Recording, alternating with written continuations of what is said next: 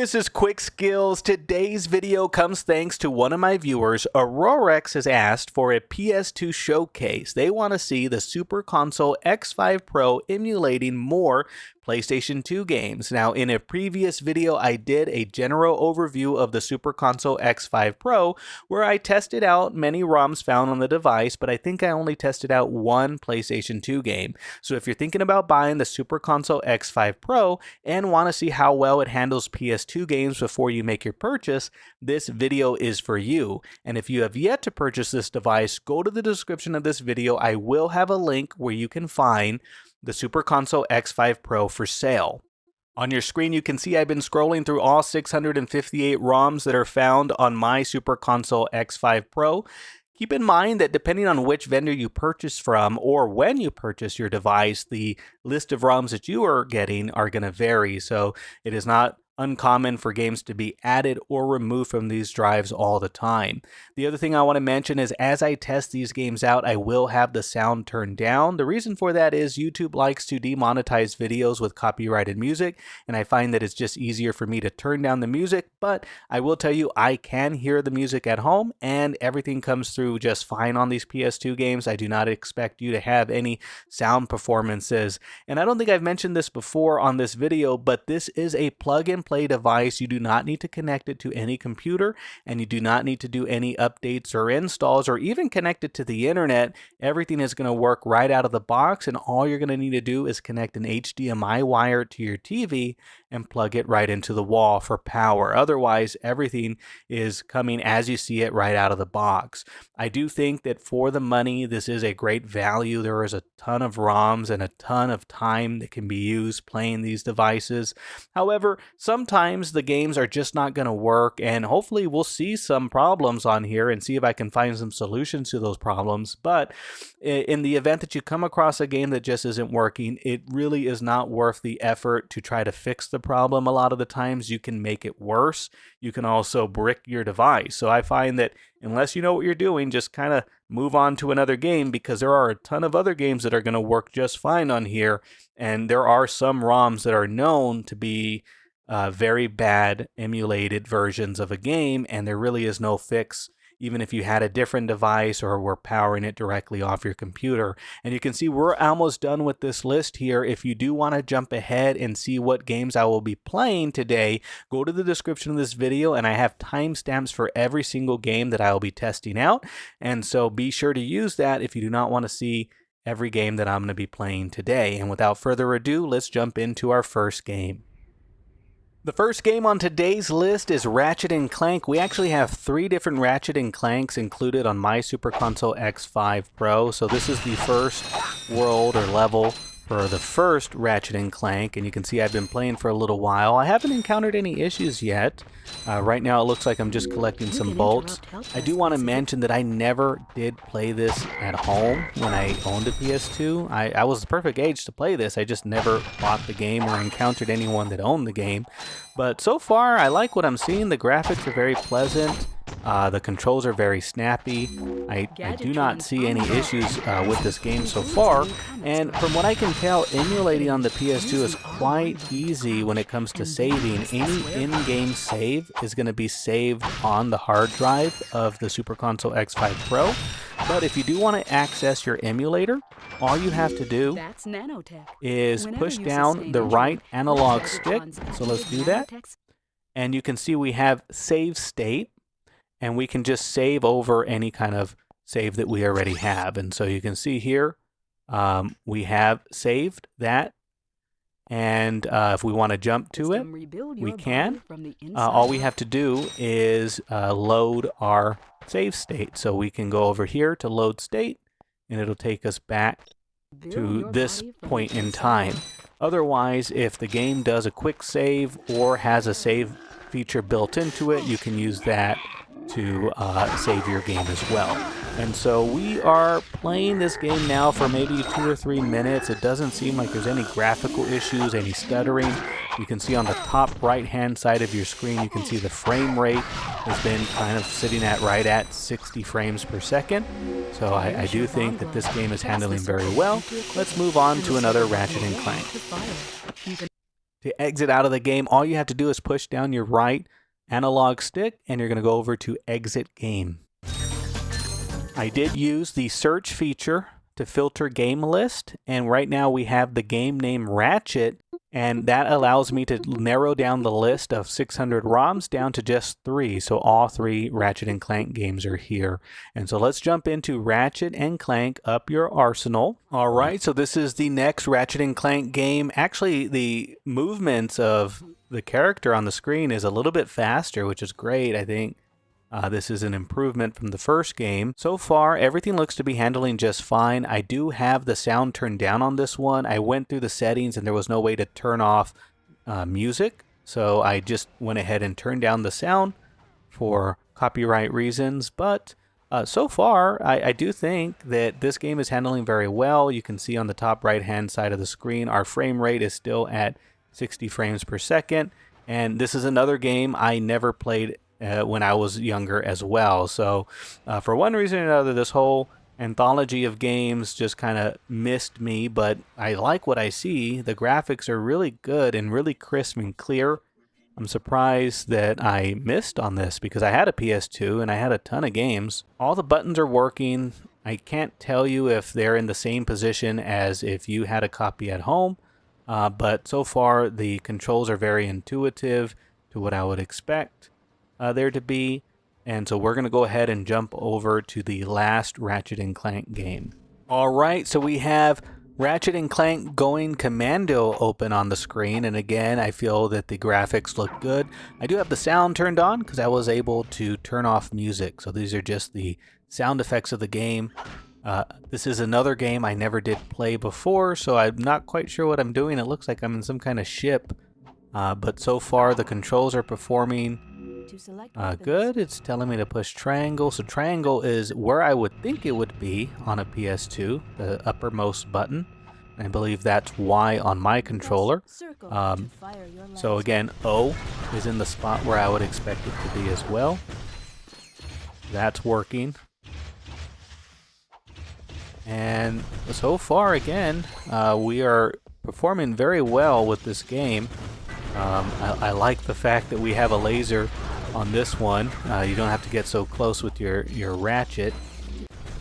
But overall, again, these 3 games all seem to be working very well. Let's go ahead and move on to Tony Hawk Underground.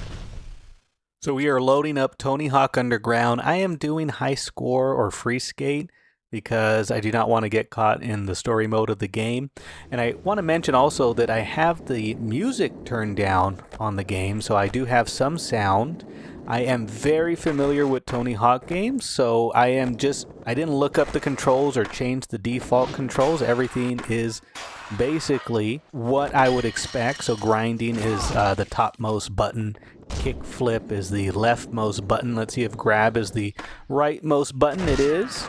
So it looks like Tony Hawk Underground is exactly the way I remember it. You can see as I progress through the tricks, the frame rate is not dropping. We're sticking at 60 frames per second, and showing off my incredible Tony Hawk skills. I do have Tony Hawk 3 and 4, the Xbox version that just came out. So I've been having a lot of fun with that, but I am waiting for a remaster of the Underground series because I remember getting real caught up in the story mode of that game, and I thought it was genius how they were able to add in a story mode to a game that is really just about goofy tricks and just seeing what you can do with a skateboard. But we're going to go ahead and try out Tony Hawk Underground 2 now. Alright, so on the screen we have free skate for Tony Hawk Underground 2. Again, the button schemes are exactly where I would expect them to be. So if we want to do a kick flip, we just hit the leftmost button. If we want to do a grind, we hit the uppermost button. I am using the default controls. I did not have to do any tinkering with anything. It's exactly where I would expect it to be. I never did play Underground 2. I missed it for one reason or the other.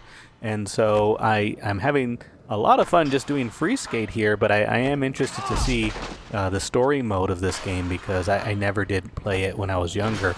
But we do have the music turned off for this game, just the sound effects are playing. And overall, the game seems to be doing very well. Frame rate is sticking at just at 60 frames per second. So, so far so good. We're 5 for 5 on emulation on the Super Console X5 Pro. Let's move on to our next game. All right, we have Crash Bandicoot Wrath of Cortex on the screen. And I do have the music turned off for this game, but we do have some sound effects. And this is another game that I never played. The graphics look great on this, and I cannot believe that those seals took me out. I tried to spin into them to see if it did anything, but just one tap from these seals, and I had to start over, so that's interesting. This arrow's pointing me up. Okay, so kind of like a spring. That's cool. Again, this is a game that I never did play. And I see the TNT box also took me out. Let's try again. But here's another game that's working very well on the Super Console X5 Pro. I haven't done any modifications to the default settings for PlayStation 2. The GameCube, I did have to do some tinkering with the emulator. But with this game, it's pretty much plug and play. I have not had to do any modifications so far. We are, I think, 7 for 7 on all the games that we've tested. But so far, so good. And just a reminder, you can do a quick save by opening up your emulator, hitting save state, and picking your save slot. And also, whatever in-game save function you have, it will also save to your hard drive. So feel confident you can get invested in these games, and the data will be there for you as you progress through these games. But so far, quite impressed with how this is handling with the curated list by RetroArch. This is a list that they wanted to see how it performed, and so far, so good. Let's move on to the next game.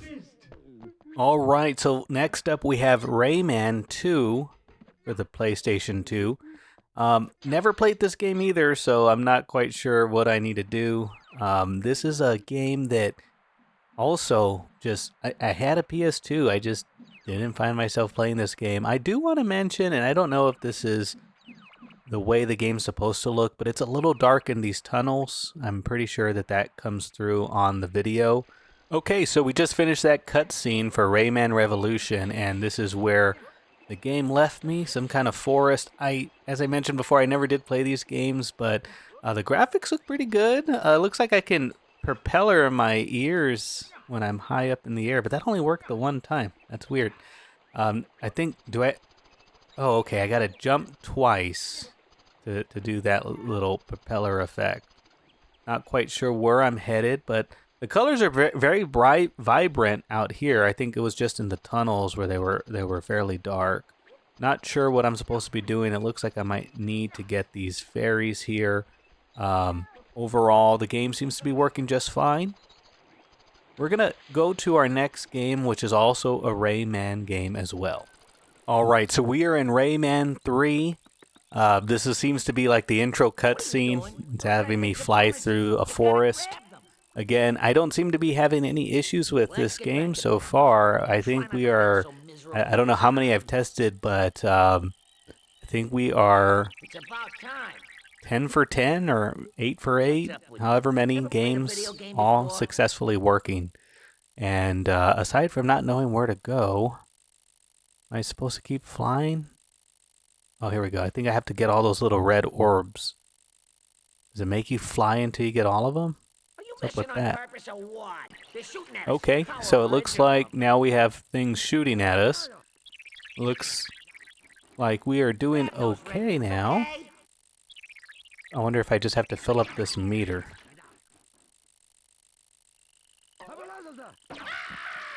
Got a ton of red orbs up ahead. Here we go, we filled up the meter.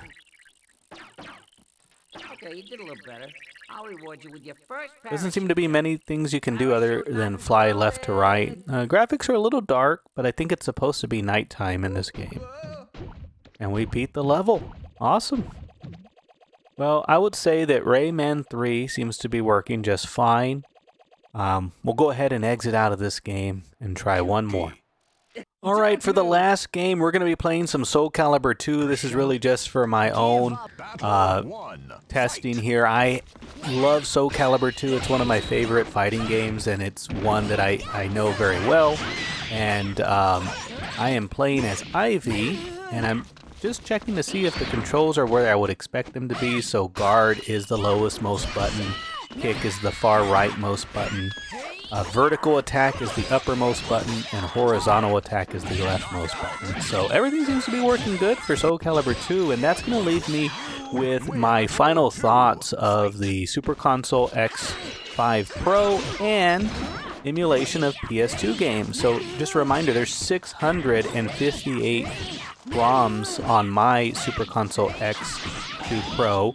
And Super Console X5 Pro. Sorry, I've tested the X2 Pro as well, but it cannot handle PS2 games. But for the cost of this, I do think it's quite a find. Imagine having to go through a garage sale or a thrift shop and finding these old PS2 games. You're going to pay $10 to $20 a game, and that's if they're not the collectible ones. There are going to be some games that are $50 to $100 a game. So to have a way to play them, is it a perfect emulation, a perfect port of the game? I would say no. But even just playing a fighting game where the controls need to be very precise, there is no input delay, there's no lag, frame rate seems to be very good.